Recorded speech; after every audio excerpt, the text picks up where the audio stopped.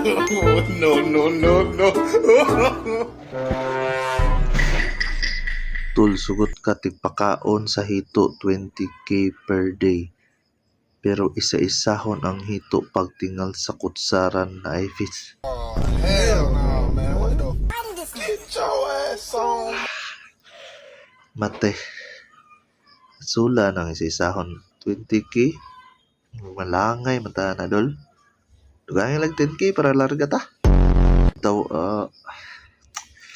kung isa-isahon, wa pa ko nahuman sa pinakalas nga hito. Utmo mo na sa ng pinakaunang hito akong gipungitan. Tayo marag ipit ta na dol. Kapoy-kapoy yun ako ni mga ni ba? Pakyaw na lang ako ni mga hito be. Bibitaw, sa mga interesado mo palit o kito diha na ay nindot nga stock si Sir Lester Mar.